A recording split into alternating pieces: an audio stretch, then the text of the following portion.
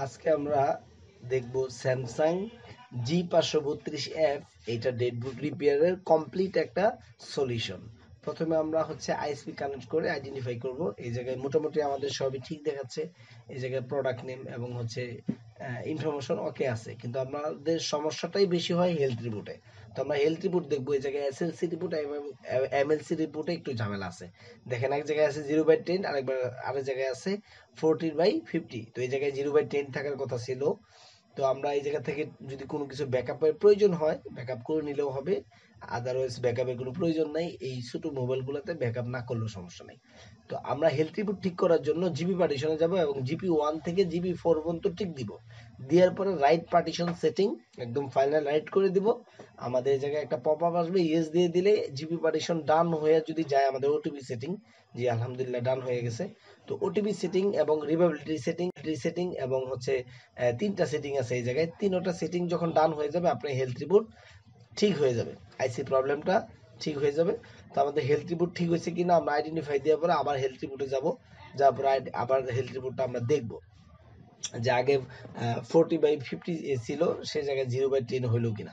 তো এই জায়গায় দেখেন 40 থেকে যে 50 একটা প্রবলেম ছিল এমএলসি এসএলসি রিপোর্টে, সেটা এখন আমাদের ঠিক হয়ে গেছে। এইবার আমরা ইএমএমসি ফ্যাক্টরি ইরোজ করে দিব, এটাকে টোটাল খালি করে ফেলবো। আমাদের সিস্টেম এরিয়াটা খালি করার পর আমরা ফাইল রাইট করব।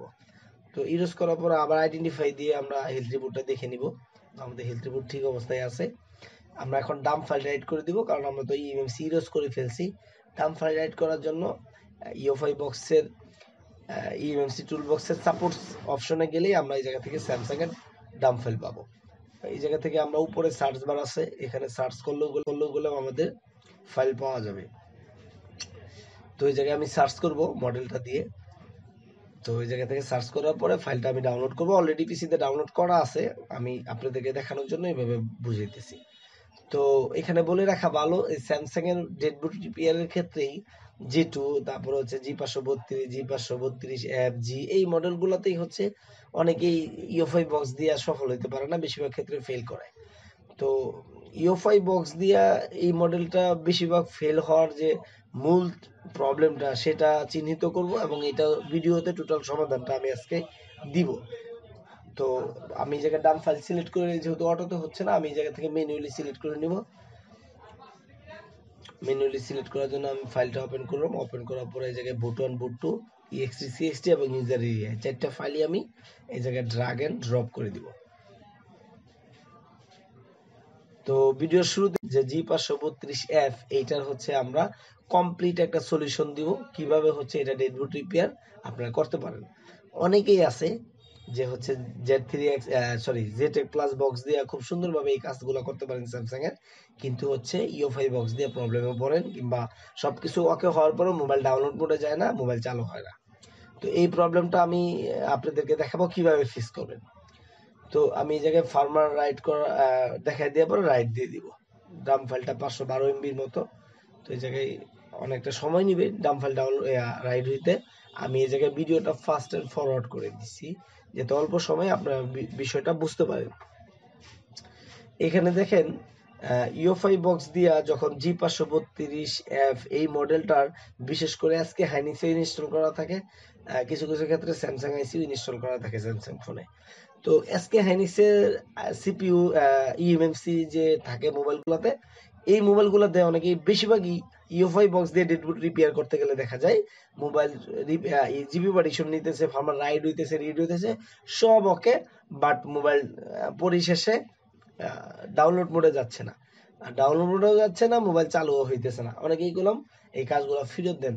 তো আজকের এই ভিডিওটা প্রথম থেকে শেষ পর্যন্ত যারা একদম একুরেটলি দেখবেন, স্কিপ না করে, তারা একদম কমপ্লিট একটা সলিউশন পেয়ে যাবেন এই মডেলটার, যে G532f এটা কিভাবে আপনারা সলিউশনটা করবেন। আমি সেটার ফাইল এবং টুলস লিংক এই ভিডিও ডিসক্রিপশন বক্সে দিয়ে দিব। আর যারা ভিডিওটা ফেসবুক থেকে দেখতেছেন তারা ভিডিও কমেন্ট বক্সে পাবেন। তো আমাদের এই জায়গায় ফার্মার রাইট হয়ে গেছে। এখন আমাদের যে কাজটা সেটা হলো আমরা আইডেন্টিফাই দিয়ে দেখবো আমাদের ফার্মার ডান। এইবার আমাদের মূল প্রবলেম, এইবার মোবাইল ডাউনলোড করেও যাচ্ছে না, মোবাইল চালুও হইতেছে না। এখন আমরা কি করব, এখন আমরা দেখবো ইউএসবি কেবল লাগায়া, যেহেতু মিডিয়াটেক সিপিইউ এই মোবাইলটা, দেখবো যে মিডিয়াটেক পোর্টটা পাই কিনা। বেশিরভাগ ক্ষেত্রে করলাম পোর্ট দেখবেন সব মোবাইলেই পায়। তো এটাতে আমরা দেখবো যে পোর্ট পাই কিনা। দেখেন আমাদের পোর্ট কলমের জায়গায় শো করতেছে, মিডিয়াটেক পোর্ট অটোতে পাইতেছে। তো এটাই প্রবলেম, এই জন্য মোবাইল ডাউনলোড মোডে যাইতেছে না এবং হচ্ছে ইউএসবি দিয়ে ফ্ল্যাশও করতে পারতেছেন না। যে ফাইলটা আমি এখন এক্সট্রাক্ট করবো, এই ফাইলটা ভিডিও ডিসক্রিপশন বক্সে এবং ফেসবুকে যারা দেখতেছেন তারা ভিডিও কমেন্ট বক্স থেকে ডাউনলোড করে নেবেন। ডাউনলোড করার পর এটাকে আপনারা এক্সট্রাক্ট করবেন। এক্সট্রাক্ট করে স্টেপ 1, স্টেপ 2, স্টেপ 3 আছে। প্রথমে স্টেপ 1 এ যাবেন। স্টেপ 1 এ যাওয়ার পরে জায়গায় দেখেন অটো রিপেয়ার ডেডবুট যে টুলটা আছে, এটাকে ডাবল ক্লিক করে ওপেন করলেই আমাদের মূল কাজটা অটোতে হবে। তার আগে কিছু কাজ আছে, সেটা এই ভিডিওতে আমি সুন্দরভাবে দেখাই দিতেছি ইনশাআল্লাহ আপনাদেরকে। তো এটা স্কিপ করে দিছি, এখানেও ফাইলটা একটু বড়। তো এই জায়গায় দেখেন মূল ফাইলগুলো কলম ফোল্ডারের ভিতরে দিয়ে আছে, সোর্সের ভিতরে। তো এক্সট্রাক্ট হওয়ার পর আমাদের আরেকটা টুলের প্রয়োজন হবে। মোবাইলটাকে যেহেতু অটোতে মিডিয়াটেক পোর্ট পাইতেছে, এটাকে হচ্ছে আমরা টেস্ট পয়েন্ট ধরে এটাকে আমরা ব্রম মোডে নিব। টেস্ট মোডে ধরবো কিভাবে, আমরা জানি যে আইএসপি করার সময় যে সিএলকে লাইনটা আছে, ওটা গ্রাউন্ডের সাথে শর্ট করলে কোনো আমাদের টেস্ট পয়েন্ট হয়ে যাবে। তো এই জায়গায় আপনারা মিডিয়াটেক বাইপাস এমসিটি যে টুলটা দেখতেছেন, এই টুলটা ওপেন করবেন। ভিডিও আপনারা গুগল থেকে ডাউনলোড করতে পারবেন। ভিডিও ডিসক্রিপশন বক্সেও আমি হচ্ছে আপনাদেরকে ভিডিও লিংক দিয়ে দিব। এখানে দেখেন বাইপাসে ক্লিক করব, তাহলে আমাদের মোবাইলটা ব্রম মোডে কানেক্ট হয়ে থাকবে।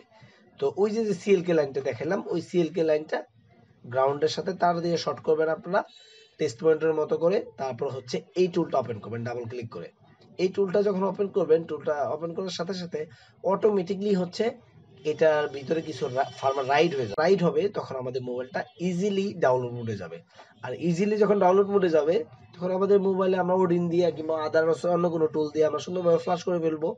ফ্যাক্টরি ফাইল দিয়ে AP file, CP file, CSC file, VL file, এই ফাইলগুলো দিয়ে ফ্লাশ করে ফেলবো। তো এই জায়গায় দেখেন আমাদের ফার্মার রাইড হয়ে গেছে। এখন আমাদের মোবাইলগুলো দেখেন ডাউনলোড মোডে চলে আসছে। যদি হাতে বাটন চেপে কোনোভাবে না হইতে চায়, আপনারা যেটা করবেন ডাউনলোড জিক দিয়ে ডাউনলোড মোডে নিয়ে নেবেন। তারপরে ওডিন দিয়ে ফ্লাশ করে ফেললেই আমাদের কাজ কমপ্লিট। এবং আমার এই যে ফাইলটা আমি দিয়ে দিব এই ভিডিও ডিসক্রিপশন বক্সে, এই ফাইলের সাথে কোনো ফ্লাশ ফাইলও থাকবে। আপনারা হচ্ছে একটা ফাইল ডাউনলোড করলে স্টেপ 1, স্টেপ 2, স্টেপ 3 ফোল্ডার করা আছে। ধাপে ধাপে কাজটা করলে একদম ভিডিও ইনস্ট্রাকশন অনুযায়ী আপনাদের 100% করলাম কাজটা সফল হবেন আপনারা। যদি আপনাদের ইএমএমসি জিবি পার্টিশন হয়, দেখেন আমাদের এখন ফার্মার রাইড হইতেছে খুব ইজিলি, কোনো ঝামেলা করতেছে না। আর একটা জিনিস মনে রাখবেন, যারা জেটেক প্লাস বক্স চালান তাদের গোলাম হচ্ছে স্যামসাং এর ডেডবুট রিপেয়ারের ক্ষেত্রে প্রবলেমটা খুবই কম হয়, কিন্তু ইউ5 বক্স দিয়ে একটু প্রবলেম করে। তার মানে এই না যে কাজ হবে না, টেকনিকগুলো একটু ভিন্ন খাটাইতে হবে, তাহলে আপনারা কাজটা খুব সহজে করতে পারবেন। তো আমি এই জায়গায় ভিডিওটা ফাস্ট ফরওয়ার্ড করে দিছি। দেখেন আমাদের ফার্মার রাইড হয়ে গেছে, এবং আমাদের মোবাইলগুলো এখন ধীরে ধীরে ওপেন হচ্ছে। তো এই দেখেন যে তারটা দেখাইতেছি, এটা সিএলকে লাইন, সিএলকে তার, যে সিএলকে লাইনটা আপনারা হচ্ছে গ্রাউন্ডের সাথে শর্ট করলেই গেলে মোবাইল ব্রম মোডে চলে যাবে। তো এই ছিল আজকের ভিডিও। আশা করি আপনাদের ভিডিওটা খুব কাজে আসবে। যারা প্রথম থেকে শেষ পর্যন্ত দেখবেন এবং ইউ5 বক্স ইউজার, তাদের জন্য এই ভিডিওটা অনেক অনেক কাজে আসবে। আপনারা অবশ্যই কিরকম আপনাদের কাজে আসলো কিংবা কিরকম আপনাদের ভালো লাগলো, এই বিষয়টা কমেন্ট বক্সে জানাতে ভুল করবেন না। তো আজকে এই পর্যন্তই বন্ধুরা, সবাই ভালো থাকবেন, সুস্থ থাকবেন। দেখা হবে পরবর্তী কোনো ভিডিওতে। আল্লাহ হাফেজ।